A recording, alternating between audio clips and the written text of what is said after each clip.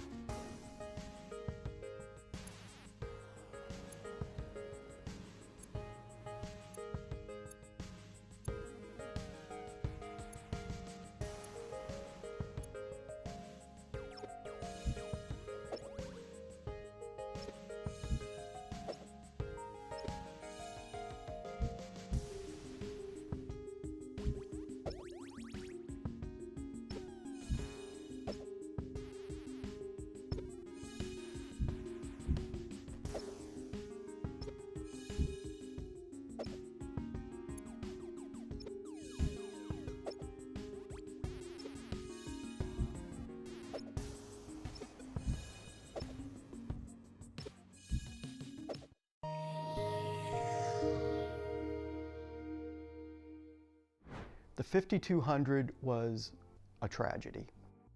The 5200 was a good idea gone horribly wrong. The big problem that we had at Atari The thing that killed the industry more than any other one thing, even more possibly than the E.T. video game, is that it was the first product life cycle. No one had ever been through a major success video game console life cycle. So where does it end?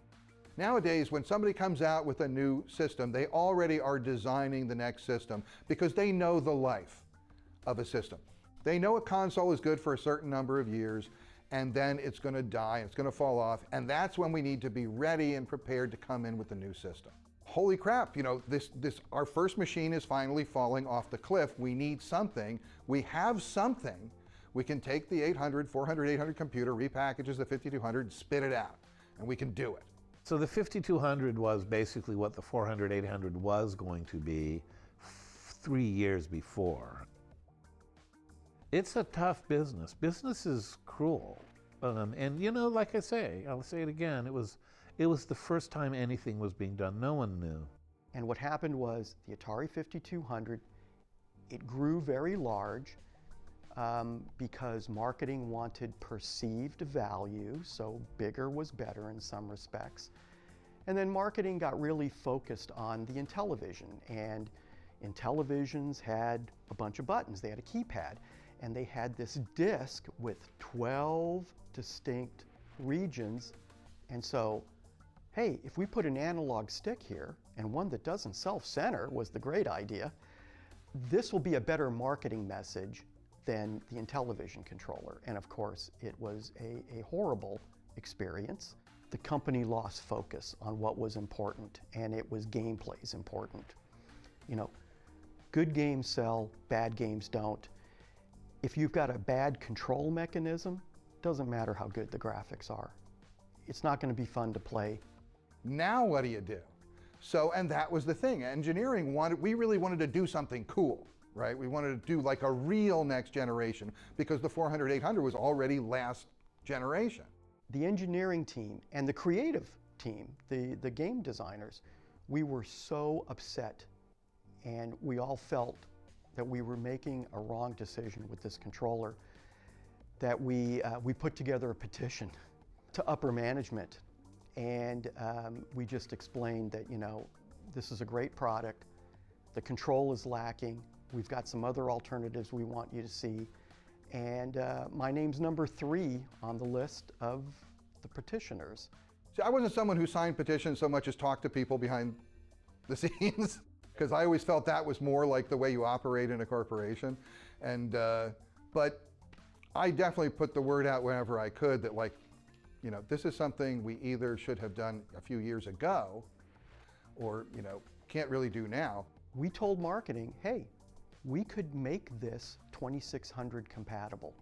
They didn't want anything to do with that. They said they must be very separate and distinct. We can't have backwards compatibility, which at the time we thought might be a great feature. It's a good way to get people that have these Atari games already and keep them on the Atari platform instead of giving them an opportunity to jump to another platform. And so we designed the product specifically so that you could never have 2600 compatibility.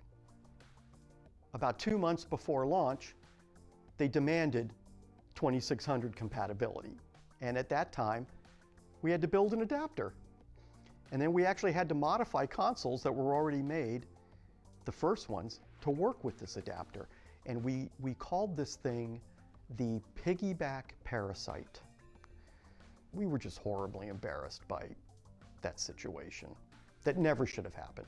There was some big time denial, you know, around Atari, because nobody wants their parade rained on. And when it's the best parade you've ever imagined in your life, nobody wants to see a cloud. You just don't want to see it. So we didn't.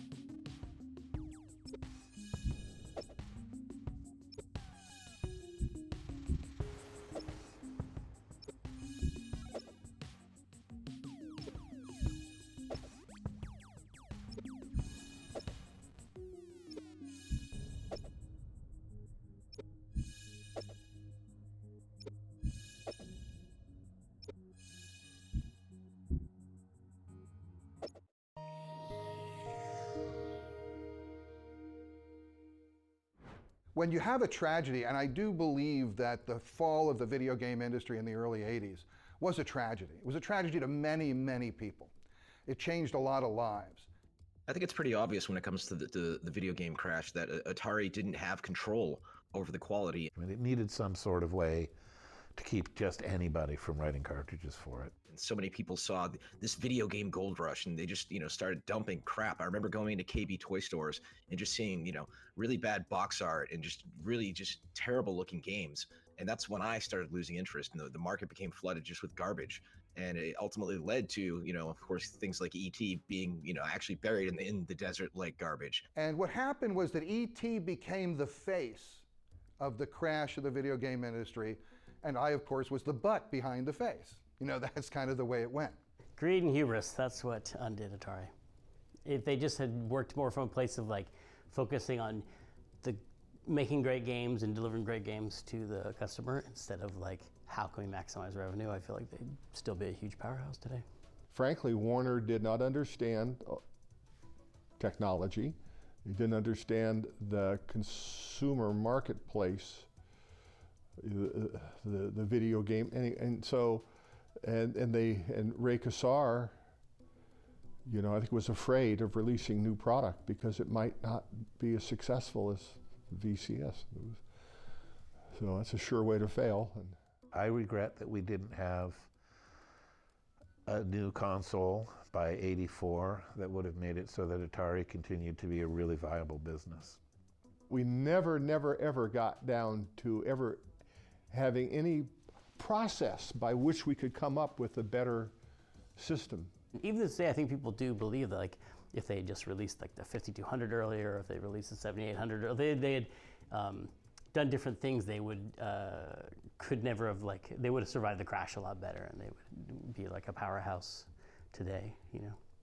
Like as a kid, I didn't know much about business, but I just felt like something was wrong. No one knew anything. Certainly no one knew how to replace an existing console with a new one. The real one-liner about why the game industry crashed and went away is that it was a first product life cycle and nobody knew what to do.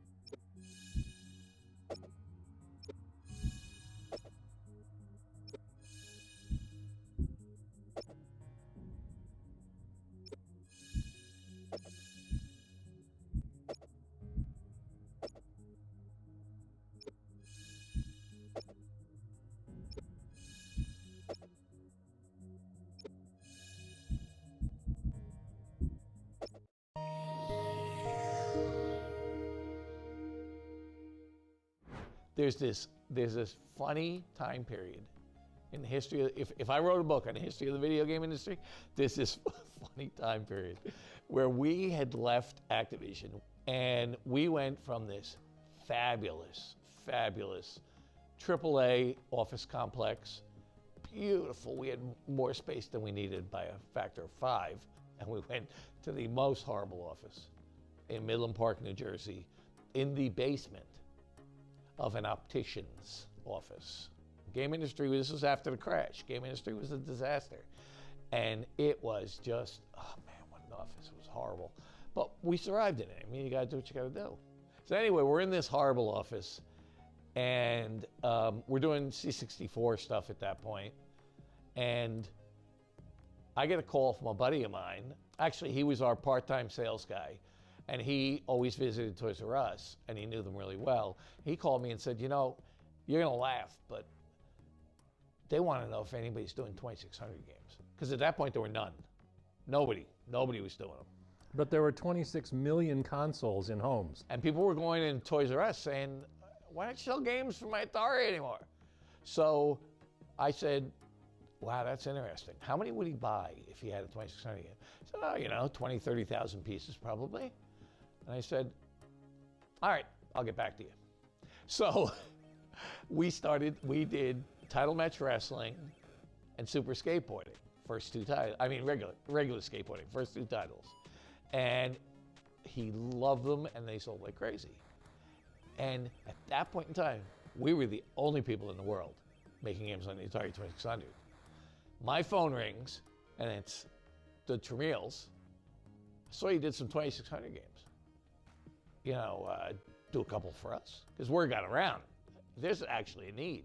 And then Activision calls and says, do some 2600 games for us? And I said, well, why don't you guys just do them? He goes, well, you know, if I could be completely honest with you, we don't have anything. We don't have the specs. We don't have manuals. We don't have the equipment. He said, we couldn't make a 2600 game if we wanted to. So could you make something for us? I tell people that, they're like, who the hell wanted 2600 games? You know what? No one told consumers that there had been a crash.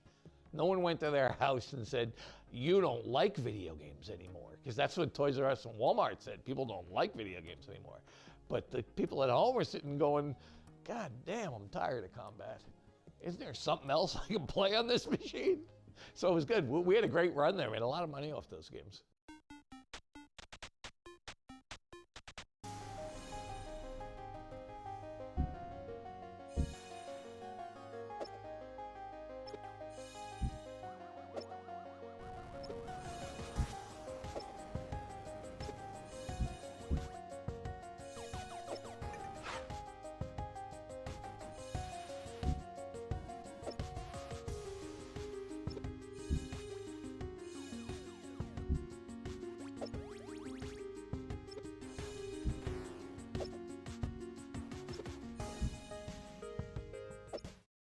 How's business? Morning. Terrific. How do you keep track of your customers? My Atari 400 home computer. Excuse me, Dad. Why Atari? Shopped around. It's a lot of computing capability for such a low price. You use it a lot? Sure, life's not all fun and games. There's homework I even program. Uh-huh. Atari has lots of software, not all the others do. And of course, only Atari has games like Centipede. Games?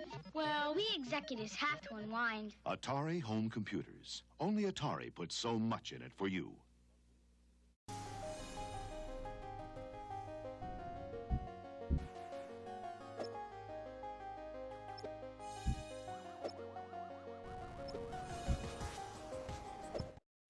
Bought a home computer, huh?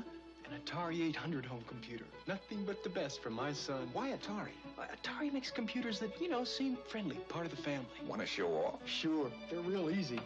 Terrific software, huh? Nice graphics. And how do you like this for sound capability? Impressive. It sure is. So what's his first project? Soon, the alphabet. A is for airplane. Atari home computers. Only Atari puts so much in it for you.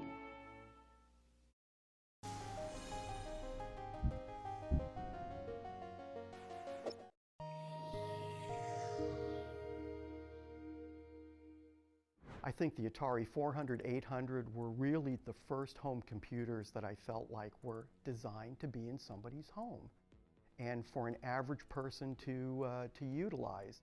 Atari you know, made some interesting decisions over the years. I mean, they were #1 in the world in making video games, but they saw home computers were coming, and Apple II was out, and they said, we got to compete with Apple for, you know, computers. So it came down from on high that we were going to make a computer like the Apple II, but better in some way.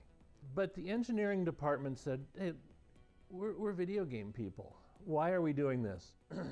But they were told, you will do this. So what actually happened was the engineers made the Atari 800 into the next best video game player. It had all the sprite capability, it had coprocessors in there. You know, the first GPU in a computer was probably in the Atari 800. All of this stuff was going on in the engineering department, and yet the management thought we were making a computer. We were really just making a video game that we could make cool games on. My participation was mainly on the prototype pre-production side. We had this very sophisticated, allegedly sophisticated, internal interactive test system called the PIT system that we couldn't get a single unit to pass. Labor Day 1979, can you guys work overtime over the weekend? We need to hand build some production units because we need to put them complete through the entire process. They need to be completely finished, consumer product in the box. We need these for JCPenney's so that they can make the holiday catalog. So we worked, I actually didn't leave Atari for about 3 days, hand building these units. And it was like 4 400s and 4 800s to ship on Monday to JCPenney's. They received them at their warehouse, they took pictures of them for the catalog, and then they immediately shipped them back to us. That was it. That's what we needed to do to get this product out. My main contribution to the Atari 800 operating system, I created a language similar to PostScript that could draw lines and squares and circles and vector graphics drawn into the bitmap of the Atari 800 and put them into the operating system so that I didn't have to put it in any of my games. So I could borrow from the operating system stuff that I'd put in there and use it when making games. So yes, we were tasked with working on the operating system, but we did it our way. We did it in the video game method. The idea came up that maybe I could get one of these machines for Christmas, and I thought I was going to get an Apple II because that was what I had at school and what I thought was cool. But I got an Atari, and it was an Atari 800 with a tape cassette drive. You know, at first I was like, oh, it's not an Apple, but you know, it's my own computer. It's super exciting. And then the more I got into it, you know, the more I realized it was so much better than the Apple. Probably piss off some Apple people, but it, you know, it was really an amazing machine. I mean, the graphics and sound on it were incredible, and it was a super fun machine to program. And so that was really what got me started.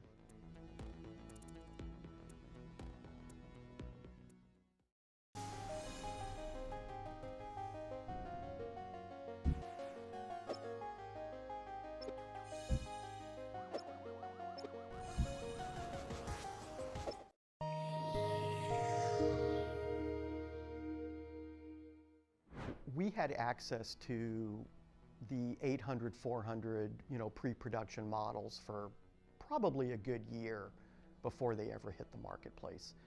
And I would literally every weekend check out an Atari 800 and prototype Star Raiders and spend the entire weekend playing Star Raiders. It was just absolutely phenomenal. I couldn't get enough of it. One of my favorite games in the 800. I really liked Star Raiders. I still play that today. I still bring up my Atari 800 and play that occasionally. Star Raiders was the killer app. Star Raiders was to the 800 what Halo was to the Xbox. You know, it was the game. You really, pretty much everyone bought it with the system. It was the system seller. It was very well done. It had a lot of depth. It was easy. It had easy modes where people could get through it, and you could work up to the harder modes, and the harder modes just made things a little more difficult. They didn't penalize you for getting good at the game. So, what did I do with my 800? And I actually did buy an Atari 800 in the company store, and I paid full price for it, full employee price. And I played Star Raiders, because that's what you did on the Atari 800. You know, there was a lot of great stuff about, you know, storing recipes and doing this and learning things, and I did go through some of the learning things, but I played the living daylights out of Star Raiders, which was, I think, probably for a couple of years, the most phenomenal game you could play outside of an arcade.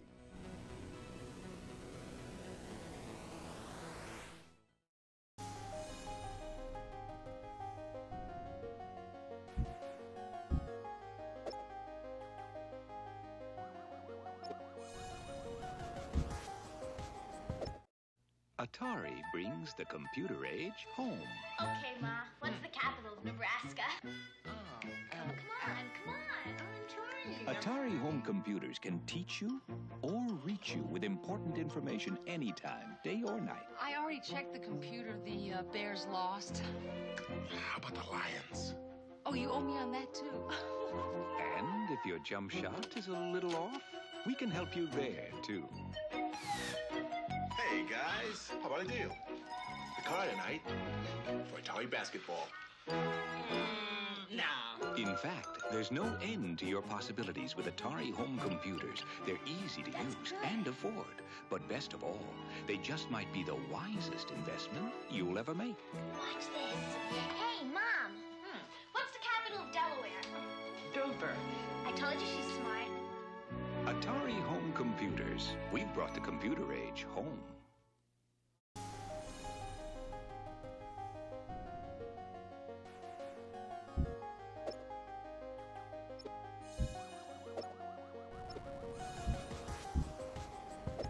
These families are learning about home computers.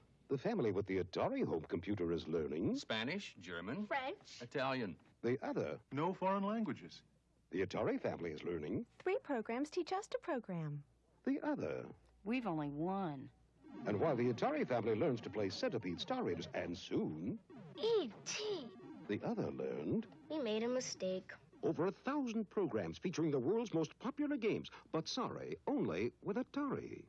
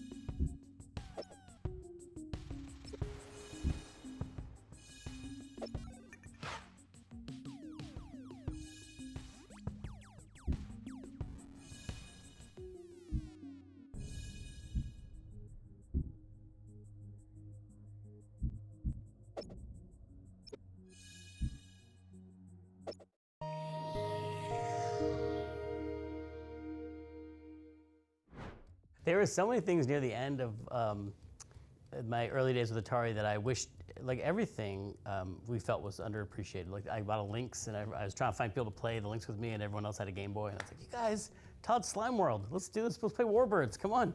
And the Lynx was totally Sam's baby. He loved the notion of the hardware, and Sam man, he loved the Lynx into the ground, right?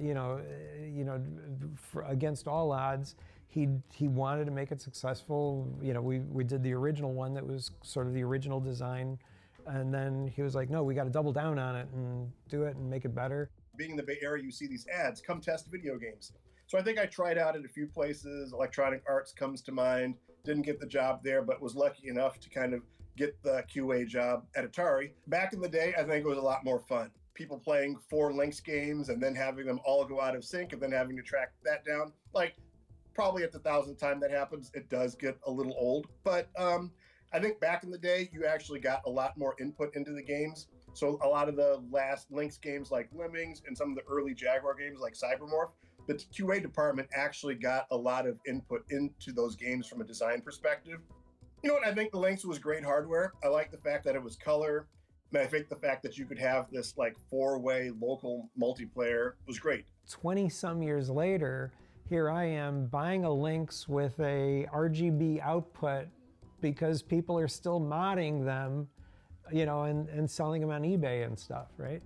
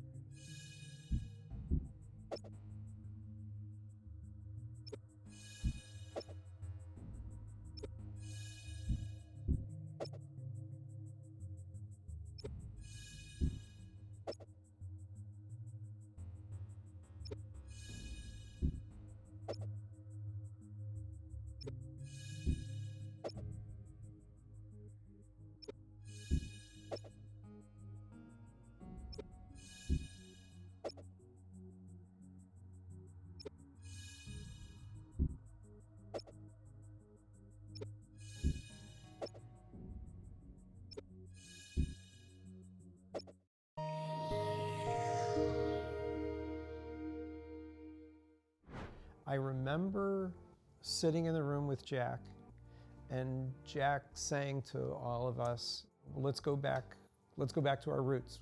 Let's do at least one more game system. The controller is quirky.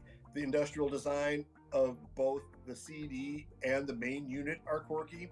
And the fact that, like, I guess somebody used the tooling on the main unit to make some kind of dental device. Like, it just has like this weird, quirky history that I think is also inviting. One of the most interesting things about the architecture of Jaguar was this notion of having the Motorola 68000, which basically was responsible for booting and housekeeping, and then the Tom and Jerry chips. I mean, I think at the time, 68000 was still a strong processor, but obviously it was in the Genesis and other things, so you weren't really getting that true 64-bit experience. But I think there's games out there that took advantage. There's so many features in Jaguar that for a developer like Jeff Minter that did Tempest 2000 for Jaguar was like, wow, give me this. I would say other than Cybermorph, it did not necessarily feel like that quantum leap that we were promised. It wasn't the flying cars, as they say, that we would have in the future, but you could see the potential, and that's what was really cool. You could see the parts of Cybermorph. You're like, oh, fully 3D world compared to something like maybe a Star Fox, which was on rails. My perspective is the rule of thirds, where if you want to wind up with one really, really great game, you need to lay down 9 bets, because out of those 9, 1/3 probably will ship. And out of those 3 games, one is going to be a hit, the other will be, and the other probably might be a dinger. Yeah.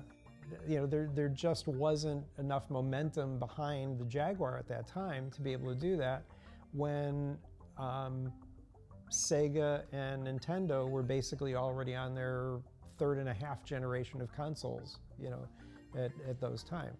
I mean, if Aliens vs. Predator came out as a launch title, maybe the history of the Atari Jaguar might have been slightly different.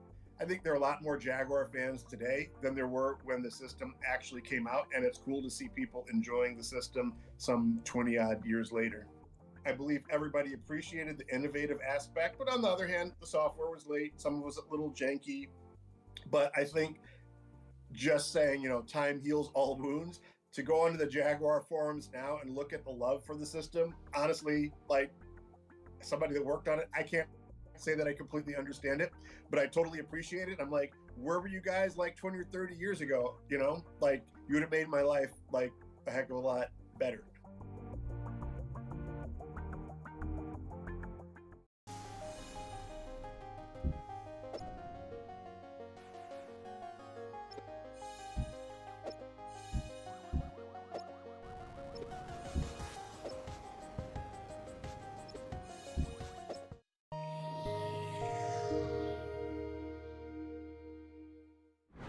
I feel the best Atari games ever made have been made in the last 5 years. Like, I think the homebrew scene is incredible. People have figured out, and it's unfair to compare because the original people had like 5 weeks to make, you know, ET or whatever. And now people can take, it's like a hobby. You can take as long as you want, and you have access to like special chips and stuff. But still, they're still working. Eventually, making carts that you plug into your original Atari 2600 and they run, and they're super fun. We saw it evolving, and there was a lot of nostalgia involved for that to happen. We loved this particular game system, and it's a great intellectual challenge. In 2009, I was given a talk in Philadelphia just talking about the game business and my experience there. And after the talk, somebody came up to me and they said, hey, I just saw this cool book just came out called Racing the Beam. And it's about programming the 2600. And since you mentioned that you worked on the 800, I thought you might be interested in this book. And I'm like, it does sound really interesting. Back in the old days when I had my Atari 800, I did learn 6502 assembly language, and so I've been messing around and making some of my own Atari games. I'm not ready to make Psychonauts on the Atari yet, but someday I'm going to make Psychonauts on the Atari 2600. Not announcing that yet, but don't tell anyone. But what is the point of going back to work on one of these old machines anyway? I mean, to me, the point is I want to know what it was like to be, you know, Todd Fryer, you know, and who was, you know, told he has 3 months to write Pac-Man on this terrible machine. And am I a man enough, you know, programmer to be able to do that? You know, Pac-Man was actually technically quite solid. It's fun to program for the 2600 because it's unique. It's, 128 bytes, not K, but like bytes of memory. It's so limited that it helps you edit, and so you can't do everything. You can't imagine an experience and then implement it on the Atari. You have to go the other way around. Like, how many blocks can I move on the screen? Like, how can I turn that into a fun game? It was very, very hard to squeeze a 128 level game with a title screen and a boss encounter and all that into 4K of ROM, because that's one of the limitations on the 2600 if you're going to live within the original constraints. And so I learned a ton about the 2600 along the way. I had a lot of fun. It was a lot of hard work, and I'm proud of the way it turned out.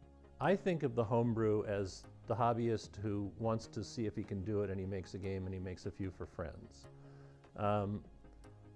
That has evolved into some actual publishers making Atari 2600 games that are out there.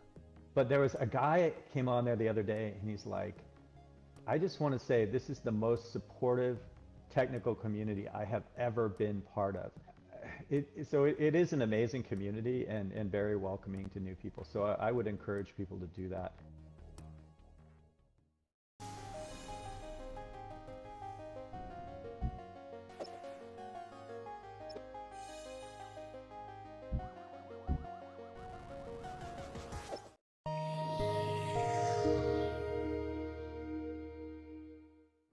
There was no console war in the beginning. There was, in the beginning there was only Atari, and the children looked upon it and saw that it was good and bought Atari, and then asked for Atari games for every Christmas and birthday. The Easter eggs, finding the Easter eggs in Howard's game and Warren's game, those were huge moments for me in my childhood, and my favorite early gaming experiences, especially finding that room in Adventure. That path that everybody, whoever found the Easter egg, follows those clues, and then discovers this, this secret room, this message hidden by the creator of the game, who I didn't even know who he was, and here's his name, and a whole secret room, that most kids who play this game never found. I found this secret place left by the creator, with a message for me. It was profound, and the first time that it ever happened in a video game. And so years later, when I was, I think had the initial idea for Ready Player One, was what if Willy Wonka had been a video game designer? And what if he held his golden ticket contest inside a video game? And that immediately made me think of this secret room in Adventure, and how that could be, how he finds his worthy successor, instead of a tour through the factory where he slowly kills off all the children. It could be an Easter egg hunt inside this, sprawling video game, and it could be hidden the way that those Easter eggs were hidden in the Atari games. And so there's no way I ever would have written Ready Player One if I hadn't grown up with an Atari and playing those games and finding those Easter eggs. As I was reading through it, there was just so much familiarity in there. It felt like, as I was reading it, that the person who had written it, that I grew up with them. Because some of the names that were in there, some of the locations, some of the references were things that I thought only I knew, and nobody else in the world would understand or appreciate any of it. My literal opening, my email to him, before anything blew up on Ready Player One, my literal opening was just like, we have to know each other, because there's things in this book that only I know.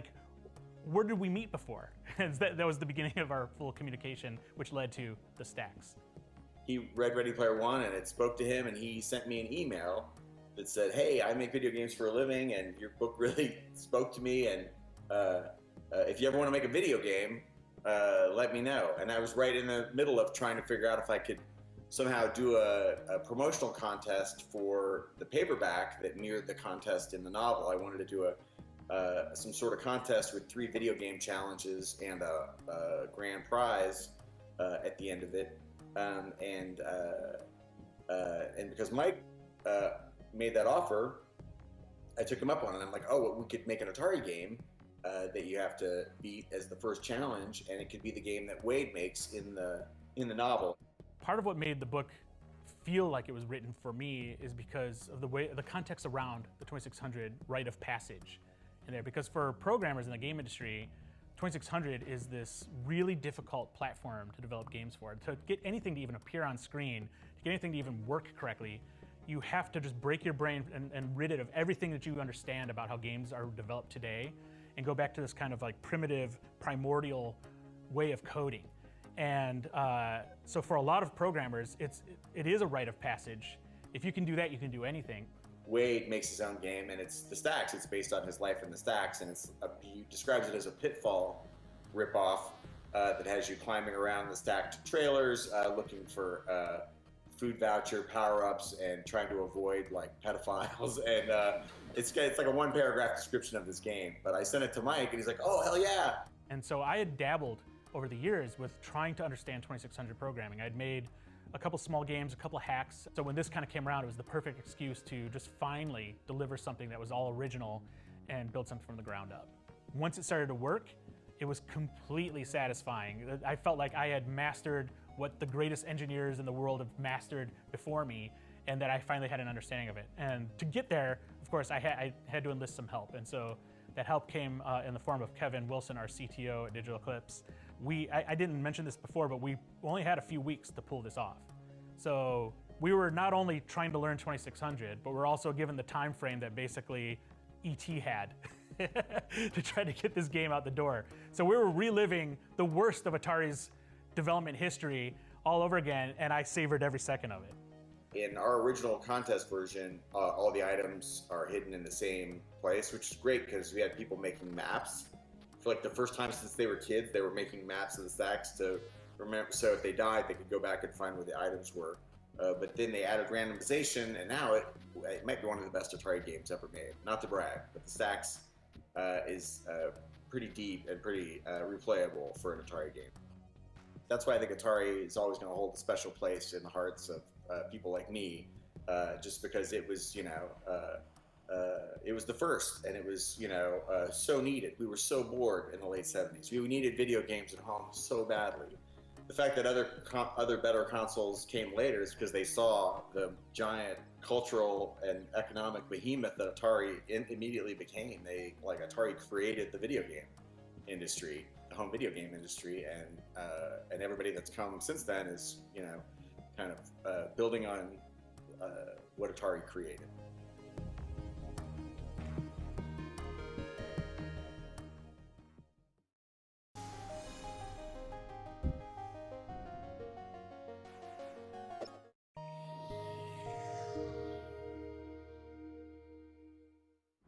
When we started, video games were almost considered to be a bastardization of this wonderful technology. Why are you using it for fun when you could be creating missiles?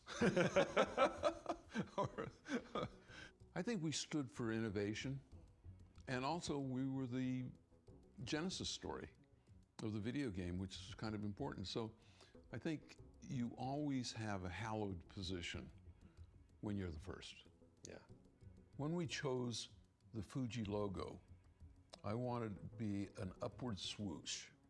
And I think that if you look at the Atari logo, it's a collective, it's aspirational, just in the nature of the graphic. Also, Atari, I lifted it from the game of Go. Mm-hmm. So it's a game word. But I hadn't realized that it also means bullseye.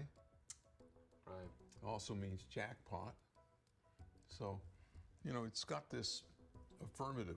In fact, I was talking to a Japanese guy one time, and he says, "Very good name, Atari. Perhaps a bit boastful for Japanese." You're like, spot on for Americans. Spot on for Americans. Yeah. One of the ethos of Atari was work hard, play hard.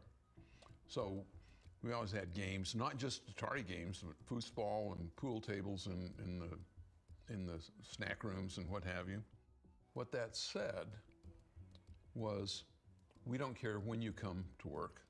If you come to work, get your job done, we're okay. We're all adults here. And we don't care how you come to work. You want to wear tennis shorts and blue jeans? Do you want to wear a tuxedo? We don't care. We had one guy that liked to wear ball gowns, but that's another story. I could tell some stories, though, about how I used to mess with the people who copied me. Oh, please. Oh, I'd love to hear that. Okay. Atari started by building games that you could do in a garage shop. You know, so anybody that had a garage shop could copy us. And so of the 150,000 estimated Pong-type games that were created, Atari only shipped 30,000 of them. So we got less than a fifth of our market. Right. You know? And so as we innovated, people would start copying us. And I thought, I'm going to get them. So I had our semiconductor suppliers. We were kind of a big deal in the semiconductor industry because they were selling a lot to the military and that sort of thing, but they'd sell 20 or 100 chips. We were buying thousands. Right. And so I had them mismark the chips. So that we had... That you guys were using. That we were using. So if somebody tried to reverse engineer it. So wow. if they reversed engineer it and just bought off the shelf those same numbers, they'd populate the board and they wouldn't work. Did you ever hear of anybody doing that? Oh yeah. We in fact, brilliant. We had one company that basically declared bankruptcy because they had a whole floor full of machines that they worked because they were hurrying to do it. Oh man. And we had the temerity to have a champagne party on their front lawn. We celebrated their demise and invited them, of course. Did they show up? No. What do you think Atari's role is, not just in video games, but in popular culture today? Well, I think that Atari has an unassailable role as being the Genesis story. I believe that it is understood by a lot that it succeeded because of creativity. 30 of those years, it was kind of in hands that were not kind to it. Don't say anything bad. So I think that pieces of the brand were damaged. Not irrevocably, but it could have been husbanded better. And so right now, I think that it would be good to take the innovation legacy and push it forward into the future.